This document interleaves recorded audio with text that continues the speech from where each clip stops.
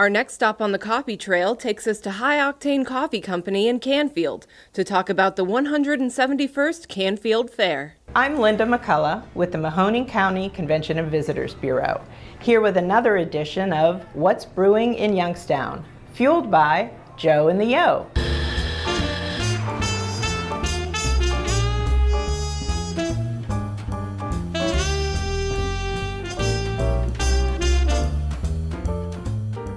Today we're talking with Andy Frost, President of the Canfield Fair Board of Directors. Welcome, Andy. Good morning. We are just 6 days away from the opening of the 171st Canfield Fair. It's really an exciting time at the fair right now. The fair is buzzing. There's people all over the place.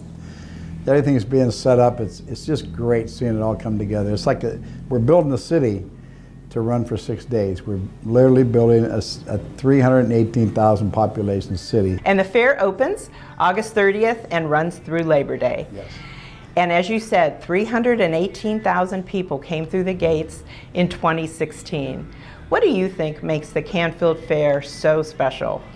Well, first of all, that 318,000 are paid admissions coming through the gate. That doesn't include all the hundreds and hundreds and thousands of workers that are there working at the fair, so it's populated above and beyond that. So it probably really takes it into about 400,000 people at the fair, if not more. But what makes it so popular? What makes it so popular is, first of all, it's an agricultural fair, and we must never forget that. It's about agriculture, it's about kids, it's about families, and it's upbeat. Our fair is a type of place you can come. You spend your $7 to get in, or $8, I'm not sure what it is, $8, and you really don't have to spend more money after that once you get in. There's a special price for kids. Many times they're free. You can come into that fair and go through buildings and see free shows. There's demonstrations. There's animals all over the fair. There's the junior fair. I don't think you can see it all in one day and not really have to spend a dime. Right. And that's the idea. It's a last year our theme was it's a family affair, and we really mean that. It's for the families to come in. Oh, absolutely. We want to see people having the kids in the wagons and strollers and walking alongside of them. That's what we want to see. Right, starting that family tradition.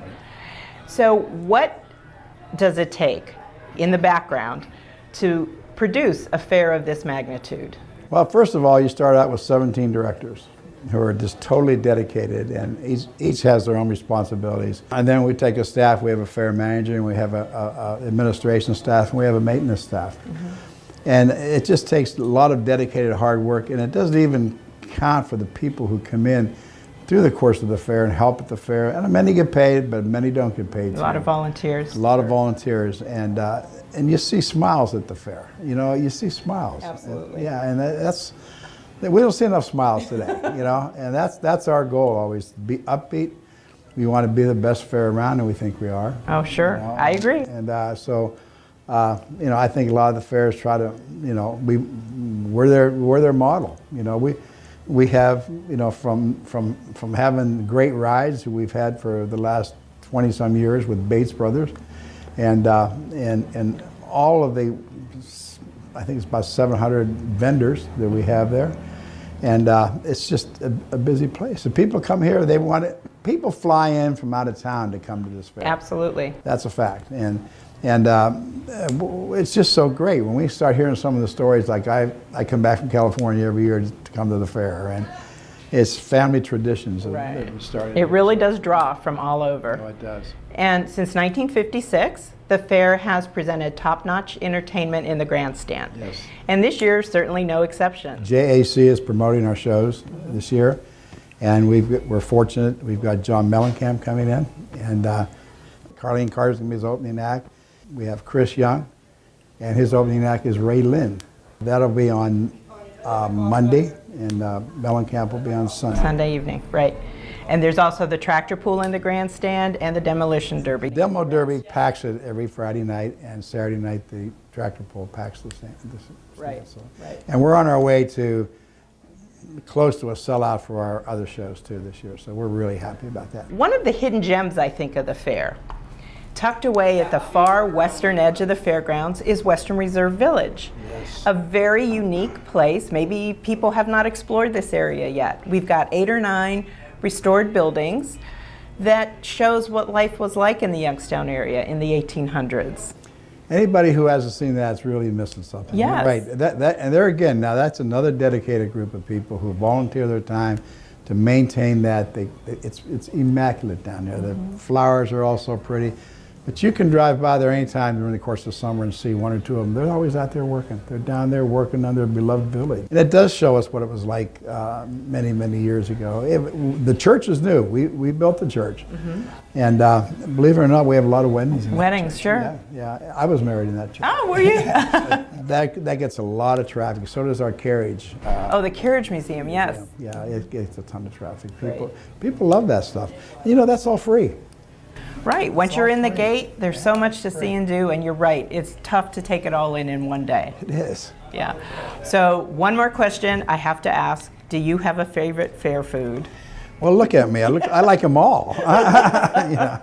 But I probably, if I had to, my first choices has got to be, and you have to look at the Molnar's cinnamon roll. People come early in the morning to stand in line to buy their cinnamon rolls. Those cinnamon rolls are delicious. Yes. And then how do you walk by there? Then how do you walk by a DeRusso's sausage sandwich and not pick one up? Right. Plus all the other vendors that are there. I mean, some of them have been there for years and years and years, but those just stick to my mind right off the top of my mind. And I visit those places a couple times every year. I'm never hungry. You will not be hungry at the Canfield Fair, that's for sure. So mark your calendars, August 30th through Labor Day. Be sure you make it out to the 171st Canfield Fair. And if you'd like a schedule of all the events happening at the fair, please visit canfieldfair.com. Thank you, Andy, so much for talking with us today. Thanks for having me. And we'd like to thank High Octane Coffee Company in Canfield for hosting us for this edition of What's Brewing in Youngstown, fueled by Joe and the Yo. High Octane Coffee Company is something I came up with in my head when I decided I wanted to branch off from making a living racing and start another business involved in something that I'm passionate about, which coffee's long been a passion of mine. We offer your typical niche small coffee shop items, your lattes, your macchiatos, cappuccinos, straight espresso. But what we really are capitalizing a lot more on is also our ice cream line, and it's more specifically the finish line part of our menu. Traveling the coffee trail, you're stopping and supporting all local businesses. If you really truly want a coffee experience and see what coffee's supposed to taste like, you come to coffee shops like High Octane, Branch Street. These are all small locally owned businesses that are doing coffee the right way. My coffee's different from theirs, so I don't really look at anybody else's competition. My atmosphere is totally different. My coffee's totally different. So if you really want to go and experience different types of coffee, different origins, and see what actual fresh roasted coffee tastes like, you got to try it out. Travel the coffee trail. Pick up your coffee trail passport at any of the participating local coffee shops or download one at youngstownlive.com/coffee. Collect 4 stamps and get a special Joe and the Yo travel mug. You can redeem your passport at Branch Street Coffee Roasters and Stone Fruit Coffee in Boardman. Now here's what else is brewing in the Manoning Valley. Tickets are still available for the Zach Brown Band tonight at Stambaugh Stadium on the campus of YSU. Doors open at 5:30 p.m. with the show starting at 7 p.m. Tickets can be purchased at Ticketmaster.com or by visiting the Southwoods box office at the Cavelli Center.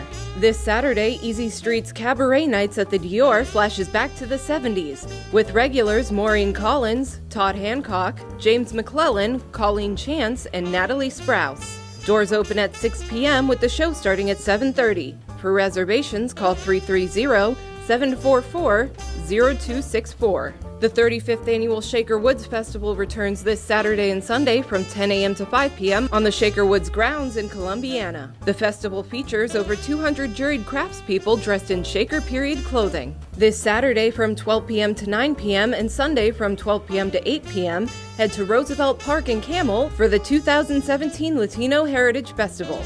This event features music, dancing, and ethnic foods.